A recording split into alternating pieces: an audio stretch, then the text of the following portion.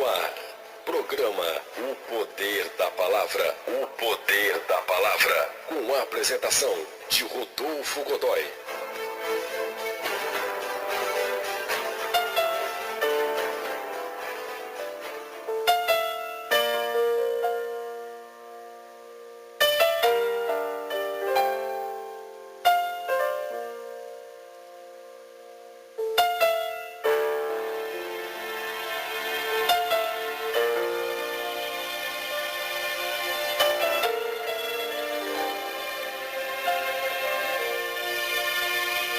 Mateus, no capítulo 7, versículos de 21 ao 24, diz o seguinte: Nem todo que me diz Senhor, Senhor, entrará no reino dos céus, mas aquele que faz a vontade de meu Pai que está nos céus.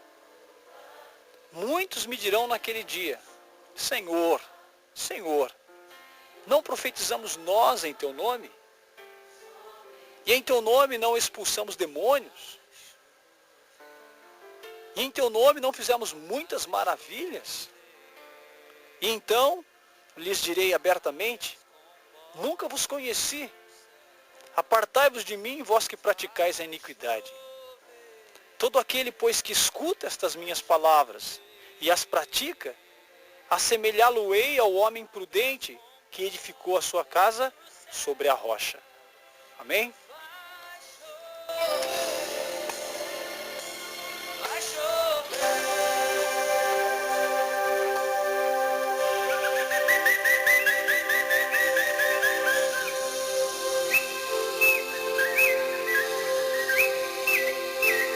E esta é a palavra que o Senhor nos dá, através da Bíblia, nesta tarde.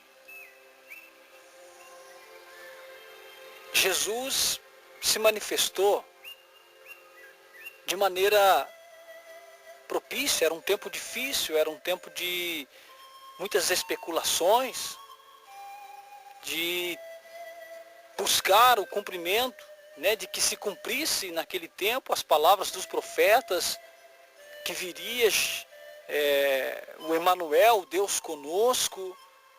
A situação daquela época era uma situação de trevas intensas, porque havia muita guerra política, havia muita gente distante dos profetas, das profecias. Já tinha se manifestado outros que disseram que eram o Messias e de repente não deu em nada. As dúvidas chegaram, as inseguranças, o medo, a inconstância chegou. Mas de repente um homem começa a dizer coisas diferentes, coisas que começam a chamar a atenção. Um homem começa de repente a fazer coisas que chamam a atenção. Então era Cristo, era Jesus. Era Jesus que realmente tinha se manifestado e o tempo da profecia se cumpriu. O Deus conosco agora está entre os homens. E há uma euforia, e há uma divulgação muito rápida das coisas que ele fazia. E há uma exposição da sua palavra, e as pessoas começam a comentar, e de repente milagres começam a acontecer, e de repente pessoas começam a sorrir, pessoas começam a ter esperança novamente.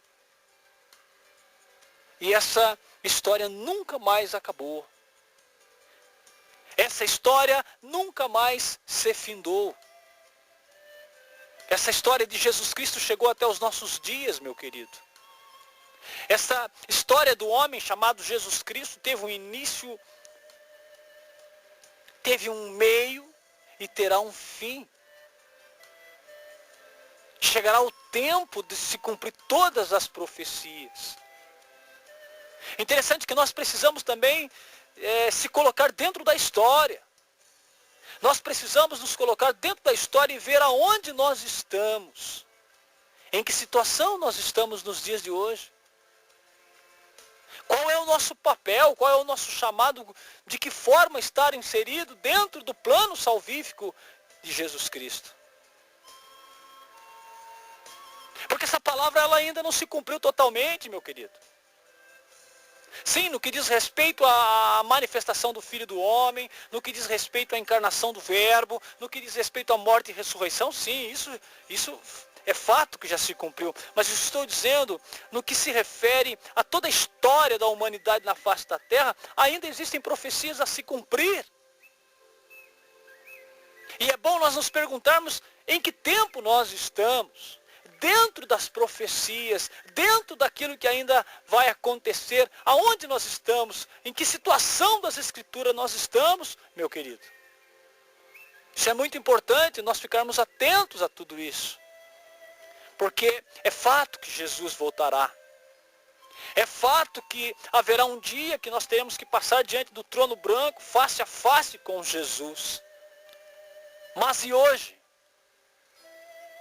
Será que nós estamos parando para pensar no hoje, em que situação, em que situação nós estamos diante das verdades que o Senhor Jesus deixou para nós? E nós percebemos então que essa palavra é uma palavra muito atual. E ela vem dizer alguma coisa que vai contrastar com aquilo que nós estamos vendo. É um contraste, meu querido. Porque veja, a palavra está dizendo, nem todo que me diz Senhor, Senhor, entrará no reino dos céus. Eu aprendo aqui que existe um reino. Que existe um reino que precisamos entrar nesse reino. Que a nossa caminhada não tem nenhum outro sentido se não for entrar no reino. De que a nossa fé em Jesus Cristo não tem nenhum outro sentido se não for entrar no reino. A nossa fé não foi feita para a gente ser um grande ministrador da palavra, um grande orador, um grande músico, um grande líder espiritual. Não. A manifestação do Senhor Jesus, ela aconteceu para que nós pudéssemos entrar no reino, porque existe um reino. E nós fomos feitos para adorar o Senhor eternamente dentro desse reino. Há todo um histórico da perda da santidade que o homem teve quando desobedeceu a Deus. Há todo um histórico de morte que é consequência do pecado. E nós estamos vendo isso à vontade, de uma maneira muito grande, muito extensa. A morte tem, de certa forma, operado de maneira grande nos nossos tempos. E nós vemos também uma multidão muito grande, desesperadamente correndo atrás de respostas, correndo atrás de livramento, correndo atrás de salvação, meu irmão. E hoje nós vemos também um evento muito grande acontecendo, que é o crescimento, uma explosão de entidades denominadas cristãs, cheias de pessoas,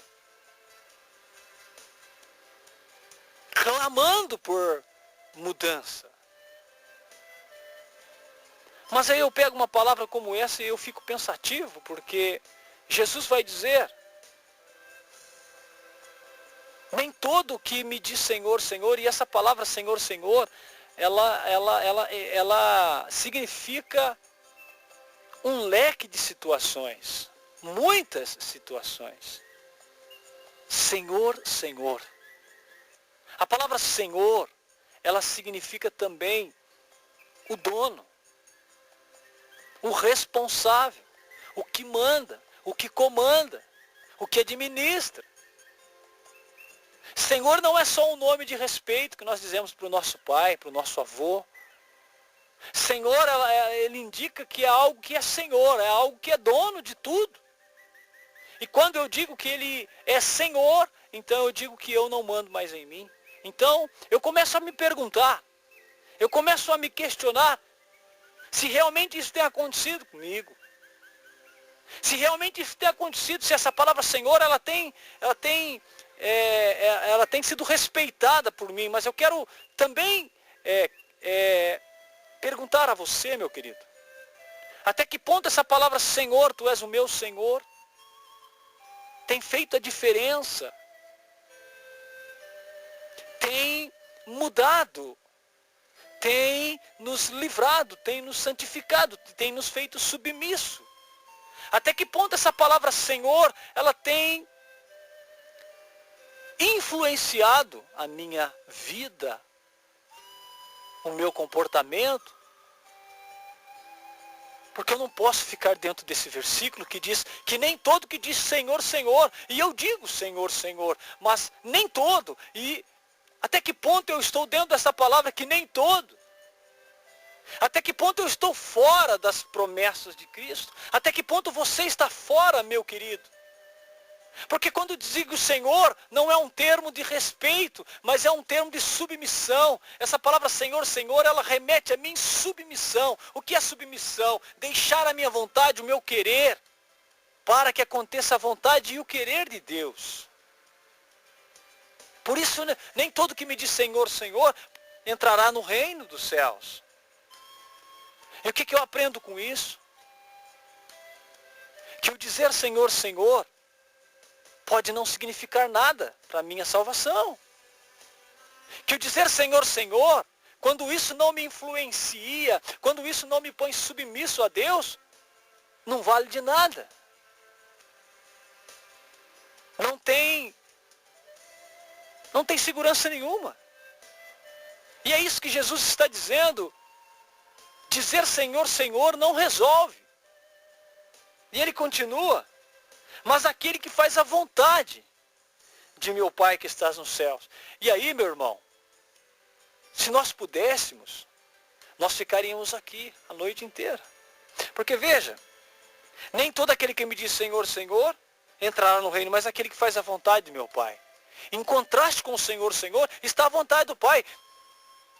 Então quando Jesus fala Senhor, Senhor, que me diz Senhor, Senhor, ele está falando literalmente de nossa palavra, quando eu fico aí manifestando a minha fé por palavras. Somente por palavras. Ou seja, um fariseu. Senhor, tu és o meu Senhor. Oh, glória. Oh, meu Deus. Oh, que aleluias. Se é só palavras. Se eu não faço a vontade de Deus. Se eu não faço a vontade do Pai. Essas palavras não significam nada no que diz respeito ao quesito salvação. E é isso que o Senhor está dizendo. É melhor não falar nada e fazer. É melhor não se comprometer com as palavras e se comprometer com a atitude de ser diferente. Porque nós vivemos num mundo de palavras, meu querido. Na política, nas leis, nas autoridades e até mesmo nas igrejas. Vivemos num mundo que é feito de palavras, mas que pouca atitude são realmente coerentes. Que muito pouca atitude realmente tem sido feita. Tem se feito pouca coisa. No que diz respeito a fazer, porque veja, olha o que está dizendo aqui. Mas aquele que faz a vontade, não é aquele que fala da vontade. É isso que eu quero dizer. Não é aquele que fala da vontade, mas aquele que faz a vontade do meu Pai que estás nos céus. E aí, meu irmão, a gente começa a pensar e a cabeça nossa vai a 1 milhão. Porque nós estamos vivendo muito a primeira parte do versículo, Senhor, Senhor. Falar, cantar, pregar, dizer que dizer que faz, evangelizar pela net, que é uma coisa que eu faço muito, mas atinge muito pouco. Atinge muito pouco, recados, mensagens, atinge muito pouco. Porque tudo isso, meu querido, pode ser jogado fora, pode ser queimado. A Bíblia diz que no final tudo será provado pelo fogo, porque o que é palha vai ser queimado. E muitas pregações, muitas orações, muitas denominações serão jogadas fora. Muitos líderes, pastores, obreiros, membros, não membros, muitos serão queimados. E nós precisamos tomar cuidado para que não sejamos queimados também, para que não sejamos palha. É isso que diz a primeira parte do versículo, é cruel, meu querido. Nós estamos nos acostumados a falar Senhor, Senhor, mas é cruel olhar para essa palavra que Jesus está dizendo, que nem todo que me diz Senhor, Senhor. Olha, a partir daí nós vamos deixando e precisamos deixar cair os rótulos todos. Eu faço parte disso, eu sou aquilo, eu tenho, eu faço, eu aconteço, eu estou aqui, aqui é o meu lugar. Isso tudo vai caindo porque Deus, Ele não está se referindo a essas coisas como princípio de salvação para nós, como princípio de salvação eterna. Ele está dizendo que dizer Senhor, Senhor e não fazer a vontade de Deus é a mesma coisa que não fazer nada. É isso que ele está dizendo. Vamos ler no contrário. Porque olha, Jesus está dizendo, nem todo que me diz Senhor, Senhor, entrará no reino dos céus. O que ele quer dizer disso? Porque o contrário é verdadeiro. Só entrará no céu aquele que faz a minha vontade. E aqueles que dizem Senhor, Senhor e não fazem a minha vontade, não entrarão. Ah, mas eu vi, foi um evento maravilhoso, 200.000 pessoas gritaram Senhor, Senhor. Pode ser palha. Pode ser palha. A coisa está tão assim banalizada, se banalizou tanto o cristianismo, se banalizou tanto placas de igreja, se banalizou, meu querido. Eu não estou nem dizendo que você não deva ir em um lugar. Eu até digo que te aconselho que vá. Que vá, porque se tem um lugar ainda que a palavra é exposta, que se busca em comunidade, porque a nossa busca ela precisa ser pessoal, mas se tem um lugar onde se busca em comunidade, onde se reúne pessoas, pelo menos com uma intenção de buscar a Deus, ainda são nesses recintos. Mas, até mesmo ali, eu corro o risco de dizer Senhor, Senhor, e não fazer a vontade dEle. Eu posso estar dizendo Senhor, Senhor e não estar dando um bom testemunho. Eu posso estar dizendo Senhor, Senhor e não estar em comunhão com o Senhor. Eu posso estar dizendo Senhor, Senhor, mas estar sendo corrupto, avarento, ladrão, mentiroso, prostituto, prostituta. Eu posso estar roubando, eu posso estar denigrindo o meu irmão e mesmo assim dizendo Senhor, Senhor. Eu posso estar dizendo Senhor, Senhor e ter gente batendo na porta da minha casa cobrando porque eu fui um caloteiro, eu fui desonesto. Eu posso estar dizendo Senhor, Senhor e estar dando mau testemunho quando eu não pago as minhas contas. Quando eu vou denigrindo a imagem do outro. Quando eu não cuido de mim, talvez fazendo uso de drogas. Fazendo uso de uma vida sexualmente desregrada, eu posso estar dizendo Senhor, Senhor, e não estar fazendo a vontade dEle. Eu posso estar postando na internet mensagens cristãs maravilhosas que vão comover as pessoas, hinos maravilhosos, fotos onde eu estou em eventos cristãos, abraçando as pessoas, vídeos, pregações, tudo. Coisas que eu faço e eu posso não estar fazendo a vontade do Senhor. A minha vida pode não estar de acordo com a vontade de Deus. E aí, querido, tudo vai por água abaixo. Tudo será queimado. E Jesus está dizendo. Então ele não está dizendo aqui dessa placa de igreja, daquela denominação, desse pastor, daquela pastora, desse cantor, daquela cantora, desse líder, daquele líder. Não, Jesus nem menciona isso. Não existia esse tipo de conversa naquele tempo. Não existia esse tipo de movimento naquele tempo.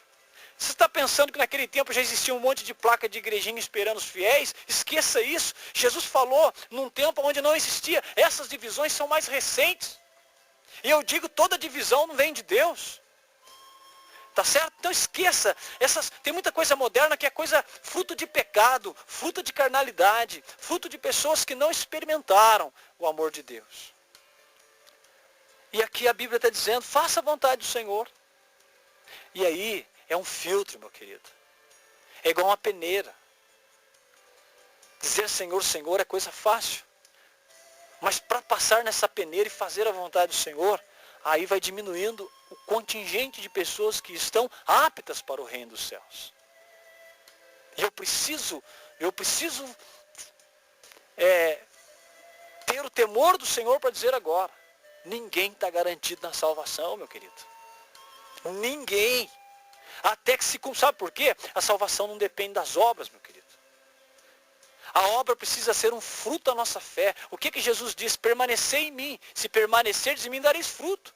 Eu quero fazer um monte de obra para dizer ou para mostrar que sou de Deus. Esqueça. Seja de Deus e as obras vão acontecer naturalmente. Porque é isso que a Bíblia diz. A Bíblia diz, permanecer em mim e dareis fruto. É isso que o Evangelho de João diz. Então, para encerrar esta mensagem, preste atenção no que eu vou dizer. A Bíblia está dizendo aqui, nem todo que me diz Senhor, Senhor, entra no reino dos céus, mas aquele que faz a minha vontade, ou aquele que faz a vontade do meu Pai que está nos céus. E aí Jesus vai dizer, numa profecia, muitos me dirão naquele dia, Senhor, Senhor, olha só o Senhor, Senhor de novo aí. Mas que maravilha que essa palavra é uma palavra libertadora. Veja, muitos me dirão naqueles dias, Senhor, Senhor, olha o que ele está apresentando a Deus como justificativa para entrar no reino. Eu profetizei em teu nome. Em teu nome nós expulsamos os demônios. Em teu nome nós fizemos muitas maravilhas. Ele apresenta as obras. Olha a justificativa. Ele não apresenta a santidade. Esse indivíduo aqui, ele apresenta as obras. E o que a Bíblia está dizendo? Que nós estamos vivendo um tempo que as pessoas fazem milagres, as pessoas fazem, as pessoas falam. Nós somos levados a fazer maravilhas. Mas muitas dessas coisas não são vontade do Senhor. Aí se nós fôssemos fazer um pequeno estudo bíblico, o que é que a Bíblia diz? A vontade de Deus é o quê? É a vossa santificação. Então se você, se nós chegarmos diante de Deus e apresentarmos uma vida santificada, eis aí a condição. Eis aí a vontade de Deus. O Evangelho está dizendo fazer a vontade do Senhor. E a vontade do Senhor é a santidade. E o que é que Jesus vai dizer naquele dia? E vai dizer abertamente, por essas coisas que vocês fizeram, milagres, os expulsar os demônios e muitas outras maravilhas, apartai-vos de mim, porque não vos conheço. Porque isso é iniquidade.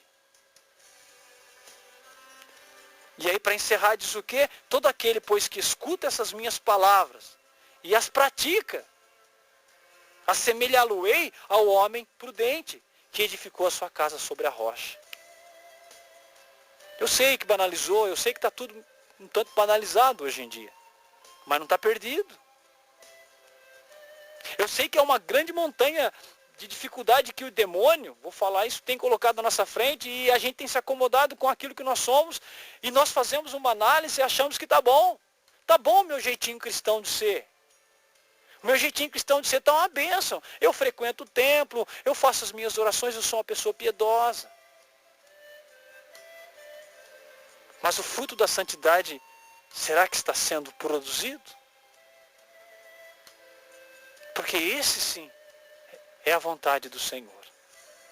Querido, o fato de eu estar te convidando a ir numa igreja hoje, é porque ali há um grupo de pessoas que, pelo menos a proposta desse lugar, das pessoas, é de louvar a Deus com seus lábios, de buscar a Deus em oração.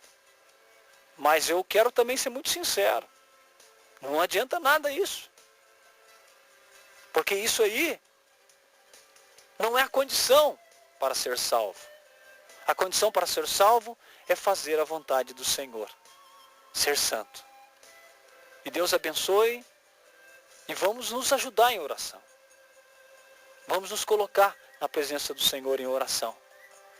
Porque se tem uma coisa que Deus não faz por nós, e nós precisamos fazer, não por Ele, mas nós precisamos fazer, é estar em oração. A oração, ela quebra as muralhas. Deus te abençoe, meu querido, e te guarde.